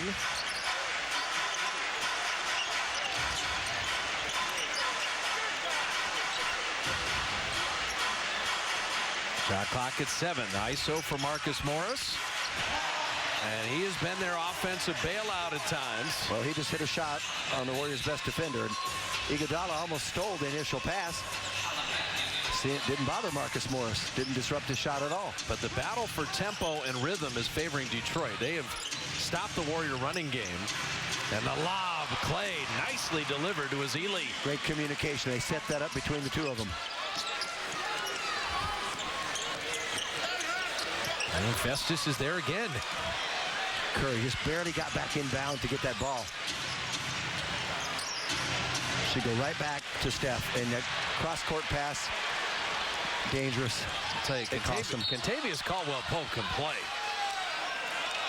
That's a play at the other end, though. A simple pass, 10 feet away, back to Curry, who had a big man on him, rather than try to jam it through 45 feet away. And right now, for the Pistons, not as much pressure continuing to play with a double-digit lead. Warriors get it to 9 or 8. Detroit will start to feel it a little bit. But Ilyasova pushes it back to 15. I've told you he's up and down. Ilyasova tonight. He's got 10. He's made both threes that he's taken. He'll have 19-6, 14-5. That's the way he is. Tough to keep him consistent. Draymond, good find. And Curry ain't missing that. Yeah, he's feeling it. And Stan Van Gundy knows it. Back down to 12. Warriors still sub 40% shooting. They've trailed by as many as 19. And for the Pistons, 3:57 remaining in the third. And it's Steph Curry and Klay Thompson going to lead the way. Curry with 26. Warriors down a dozen. Togo's Welcome back to the Palace. Warriors trail the Pistons by 12. When Draymond Green learned that Ben Wallace was having his jersey retired today, he thought to himself, should I send him a text saying congratulations? No, he's going to get 1 million of those. So instead, he wanted to show his heartfelt gratitude for all the ways he inspired him by writing a letter. Thank you, Mr. Wallace, for showing me that it's possible to make it to the NBA and wreak havoc while being undersized. Hopefully, there's a kid watching me and wondering the same things I did about you, realizing that man does not have the ability to judge what's in another man's heart. And Draymond also added he will give Ben's son Bryce his jersey after the game. Love it. That was sent in to the Detroit Free Press so everyone could see Draymond's letter, and I like it. I tell you, I was impressed with Big Ben and his acceptance speech. And his family. Festus and Draymond combine on a steal. Can they get it to 10? Can they get it to single digits? They've held Detroit to 5 of 20 shooting in the quarter. Pistons, after 38 in the second, have only 13 in the third. Curry offline. Ilyasova, good contest. Stan Van Gundy can't believe it. He called the timeout because they kept leaving Curry alone. And he got a shot again. He was alone. Usually he makes that. Stanley Johnson lost the handle. It still becomes a Piston basket.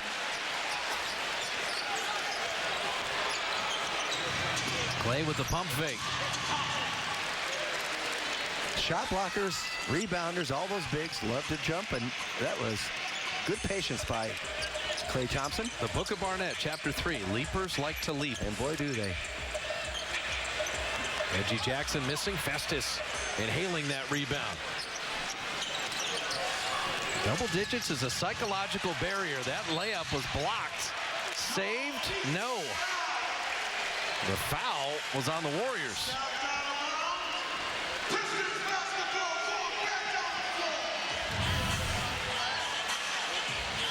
Draymond trying to get to the basket. Just having a tough time of it tonight. Yeah, they didn't call a foul. They just said Festus didn't save it. And so they started holding up fingers, but that was just to point the direction. Barbosa checking in. Barnes and Green give you 27 a night. Tonight, they're stuck on 8. A lot of time to go here, but they've got to start contributing offensively. 12 points for the Warriors is nothing. The defense has come around here in the third, and Curry is fouled. Well, we saw Curry take him back and get him back in the game in Denver with 20 fourth quarter points, but you can't rely on him all the time. First of all, he'll come through most of the time. What's he going to look like after 82 games if he continue to push that button? So Pistons are over the limit, so Steph will shoot 2 free throws. Warriors are 9 of 13 from the line. Steph and Klay have missed free throws each. Well, just kind of a goofy night. Everybody knows Saturday nights are slate nights. And you want to get the ladies' tee, jackets, knit hats, the men and women's player jerseys, Warriors.com, the largest selection of slate apparel.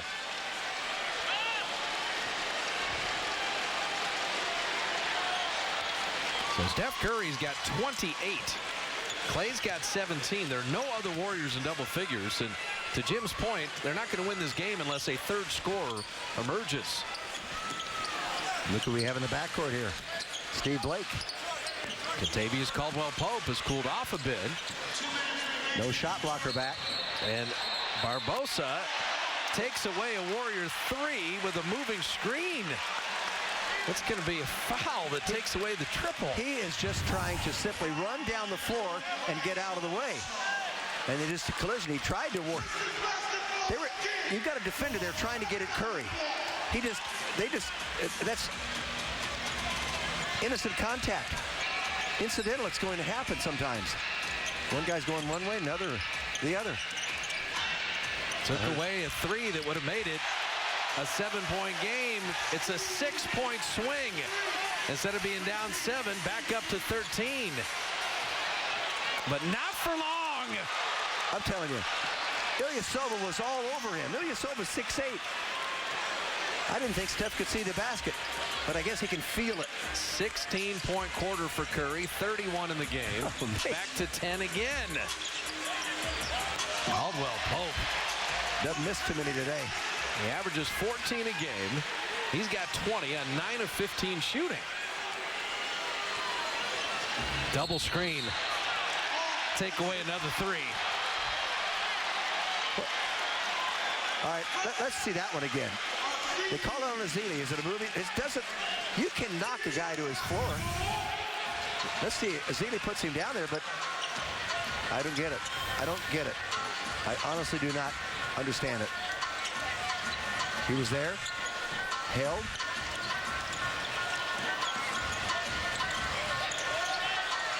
Deflected away, and it will be Warrior ball.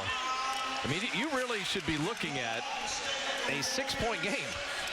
You have 2 Curry threes that were taken away in very curious fashion.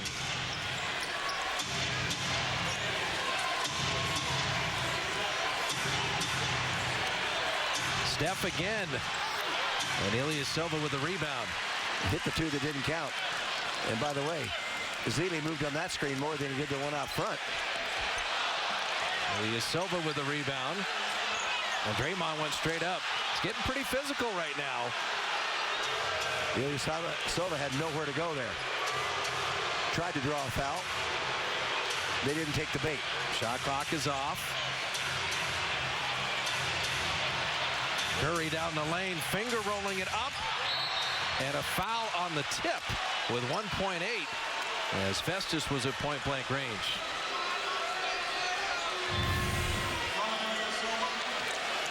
Beautiful underhand teardrop.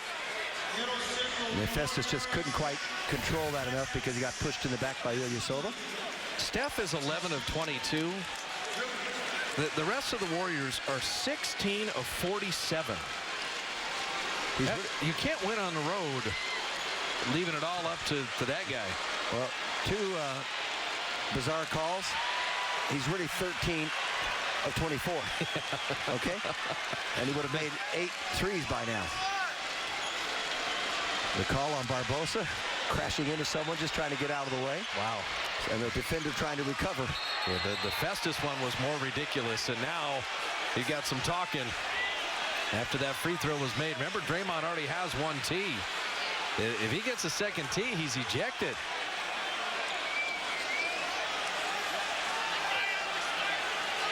The Warriors are frustrated, and they're frustrated with some calls and some non-calls. And Draymond's going to be called for a foul here.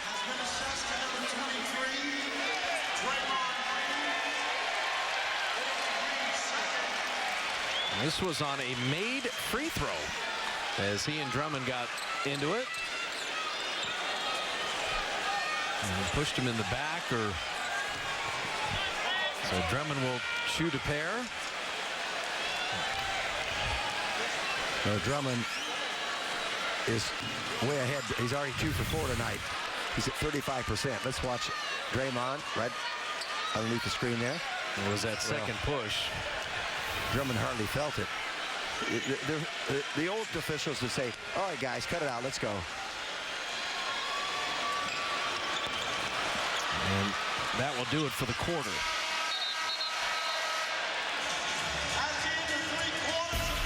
So 85-74, and the Warriors work to do heading into the 4th.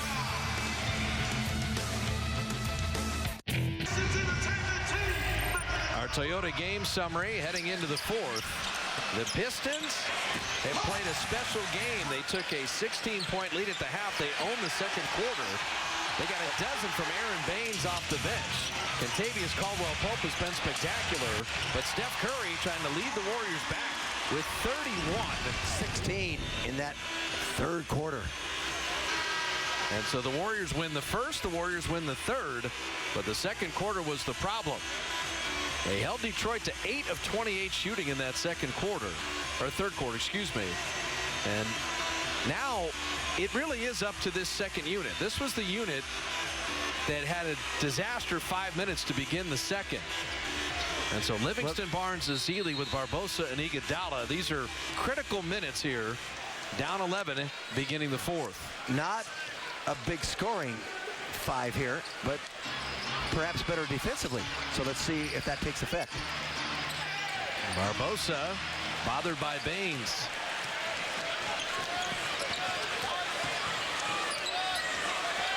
Morris an open 3, and that's what the Pistons have been doing.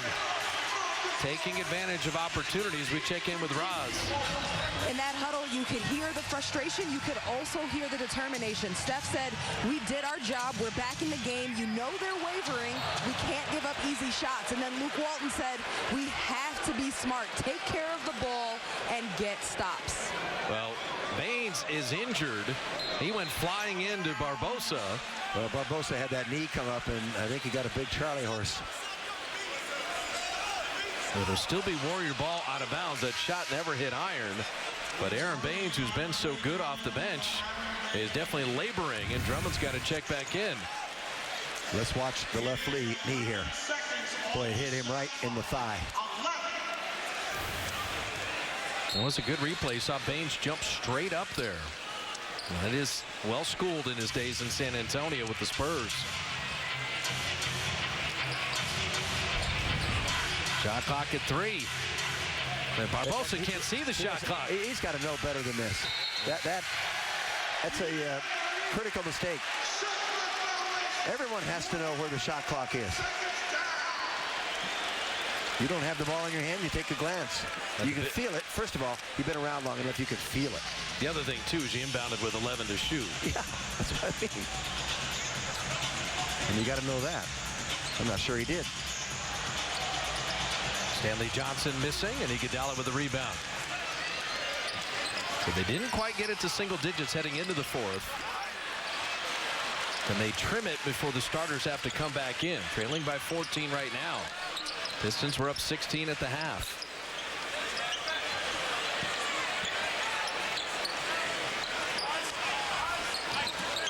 See the Pistons with the lead, very deliberate. Stanley Johnson 3. Okay, here's what happened. The Warriors switched on that play. Livingston and Iguodala. They had an automatic switch because Livingston did not need help there, and then he did not recover to the man up top. Livingston missing short. Steve Blake tried to go behind his back. Barbosa, nice touch pass. I don't even know what to say on that play. Watch out, Luke Walton. Luke Walton went to mid-court. That will be a 4-point swing.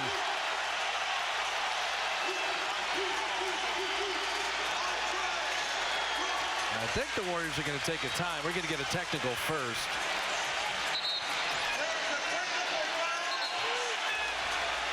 So this will be the third Warrior technical of the night.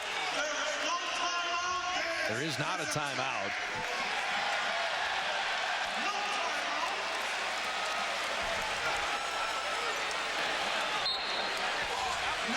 Now Luke called a timeout. So 9:59 remaining. And now we do get a timeout. This is the play that Luke Walton got very angry with.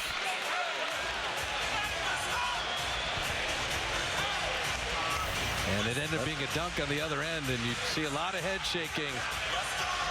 9:59 remaining, and the Pistons have been in control. Trust. The Pistons have had the edge here. The Warriors' frustration has boiled over. So you want to be an NBA official to help you out on this play. When someone smashes into a player who's shooting, that's called a foul. Well, I thought it came from the side. Right. From the side there with the arm. Not maybe to the first defender, first line of defense. I think it was Andre Drummond. Did a heck of a job. He got the ball straight up. And Tolliver crushed him. Tolliver was the one that came with the left arm, causing Harrison to go. So instead of Harrison Barnes shooting 2 free throws, you had a Drummond dunk and a technical. So that becomes a 5-point swing and pushes it back up to 20. Warriors have had 3 tees tonight. And Klay Thompson will shoot 2. Warriors are shooting 36% from the field. The Pistons 46%. And all 5 Pistons starters are in double figures. And Aaron Baines has double digits off the bench. So 6 Detroit players in double figures. Well, every quarter, Warriors' field goal percentage has gone down, including into this one. And we promised that this would be a difficult stretch against really good teams. And the Pistons, they're in the playoffs right now. Detroit is tied number 6, but it's now guaranteed, so they're going to be fighting. And last game they lost a heartbreaker, 93-92. Last second shot. Morris misfiring. Iguodala with the rebound.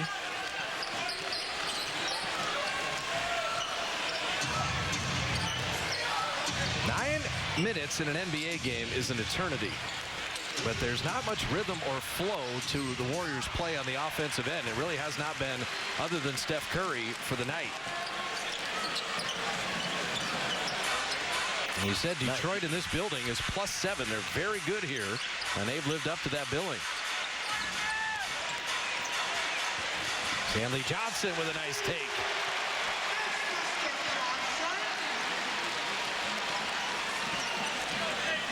Nice finish. Livingston misfiring on the turnaround. Rebound loose on the deck. And Harrison jumping. It is kicked by the Pistons, and so that will be Warrior ball.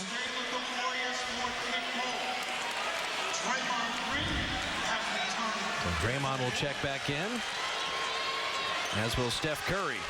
So this is kind of one push here for Luke Walton. Harrison Barnes struggling. 1 of 10 tonight. I liked his drive last time. He didn't get to go down, but I saw some determination there.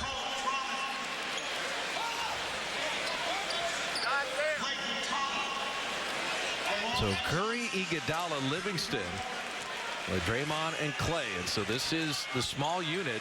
Draymond's going to deal with Drummond. Marcus Morris holding on to the jersey.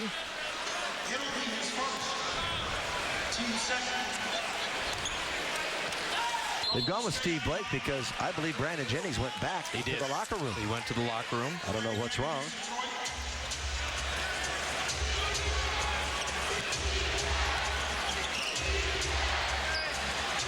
Klay Thompson flipping it up and out. Draymond battling, and they're going to call interference. Basket interference.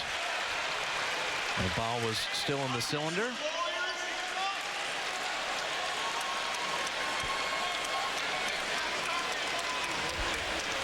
Best shooting team in the league, along with San Antonio, is shooting 35% for the game. The Warriors come in shooting 49% on the season.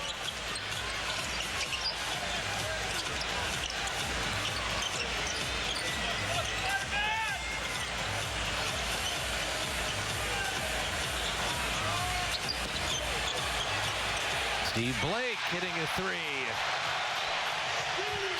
Everybody off the bench has hurt the Warriors, with the exception of Brandon Jennings. Blake's 2 for 2 from three-point range. The Pistons have played a wonderful game.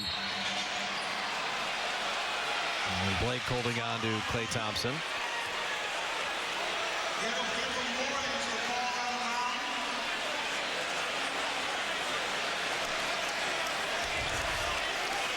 If Kentavious Caldwell-Pope plays like this consistently, the Pistons have something.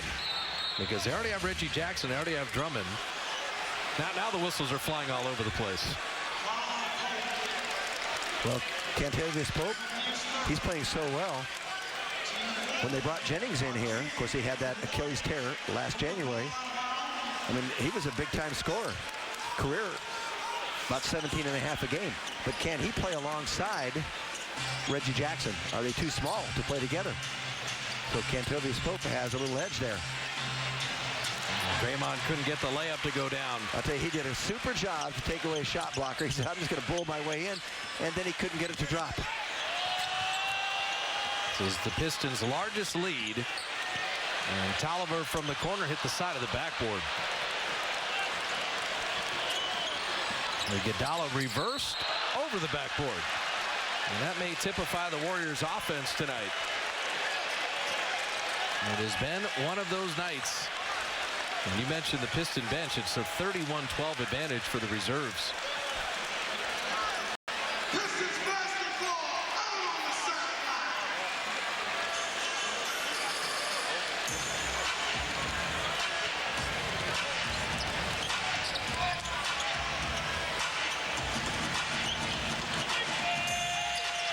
Draymond, quick block before Drummond could get to the peak. And just a little trash talking here. And Andre Drummond saying, yeah, you got a block there. Don't worry. You're not going to do that every time. It was assertive. So Reggie Jackson back in with Kentavious Caldwell-Pope, Anthony Tolliver, Drummond, and Marcus Morris. And they threw it right in. Well, you have to see the ball, particularly if your man's in the lane. That reminded me of the Brooklyn game when it went to overtime and they missed a 2-foot layup. Yeah, Brook Lopez couldn't finish. Yeah, Steph just didn't see the ball. Nice Livingston, good extra effort there. And the field goals have been few and far between.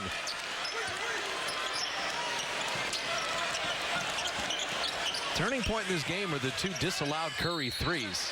That would have made it a 6-point game still in the third quarter. That was a very critical time. And after those 2 threes were disallowed and you had the Pistons score a 3 on the other end, it stabilized Detroit, and the Pistons have had the edge here in the fourth quarter. It was an interesting series and sequence in the game as Steph hits another 3. He's making that look easy in the second half. So he's got 34, 7 of 14 on triples. But the rest of the Warriors are just having a miserable night shooting.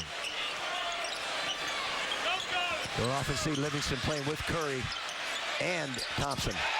Drummond, he's an 8-foot hook. They got a little personal battle now. Draymond and Drummond.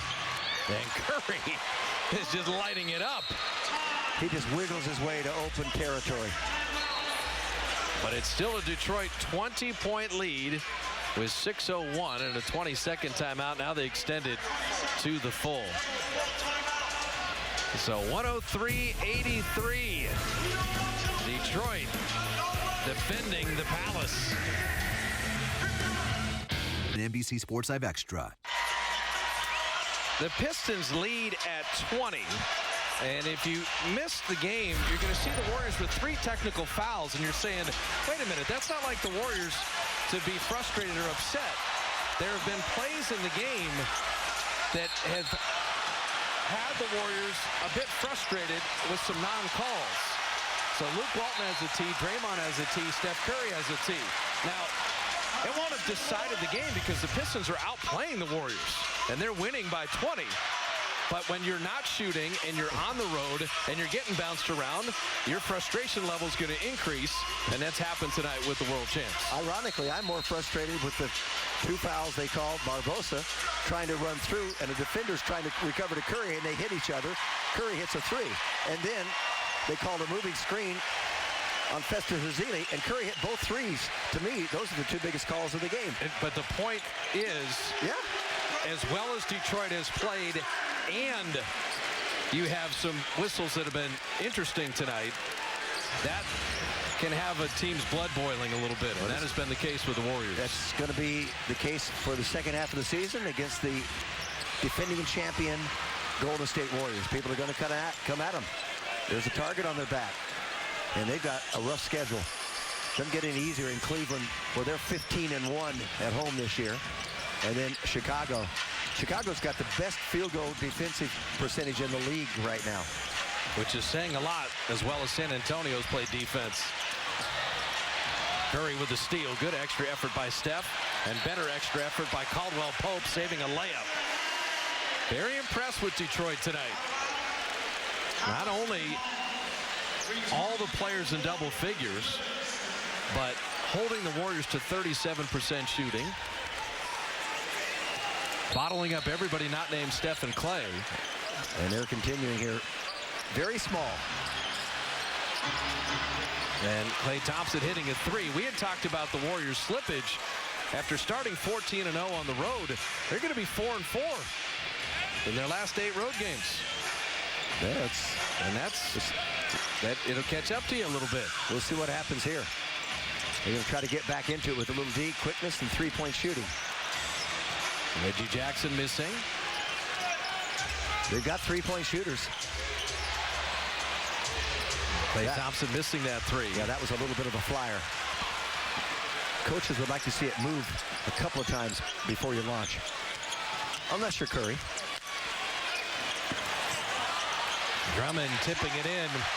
Andre Drummond had been 5 of 17 from the field. He does have 17 boards, but he is not the player that has beaten the Warriors tonight. But once Draymond Green went for that first play and he was out of it on the floor, it's all over for Drummond. And Draymond and Drummond, and the big man stood tall.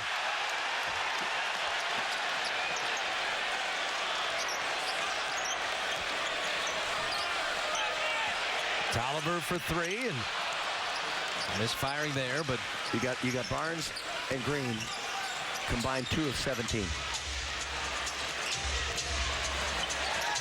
And Steph is fouled. What's amazing is Green's one field goal is a three-pointer. He's got nothing inside. Unusual. Yeah, you don't see between Harrison and Draymond being 2 of 17. That's just, as you say, they combine for 39 a night, and they're at 8. Or 29 a night. Right around 27, 28. Yeah, 29 a night, not 39. There's Steph Curry hitting the free throw. January 25th, the Spurs at Oracle. All the fans getting a Warrior t-shirt. Be there for one of the most anticipated regular season games in recent memory at 888-GSW-HOOP. The one-of-a-kind Warrior t-shirt courtesy of Bay Area BMW. And the collision course for San Antonio and the Warriors coming on Monday. This Monday, Cleveland. The following Monday, Warriors home against the Spurs. Pistons in no hurry now.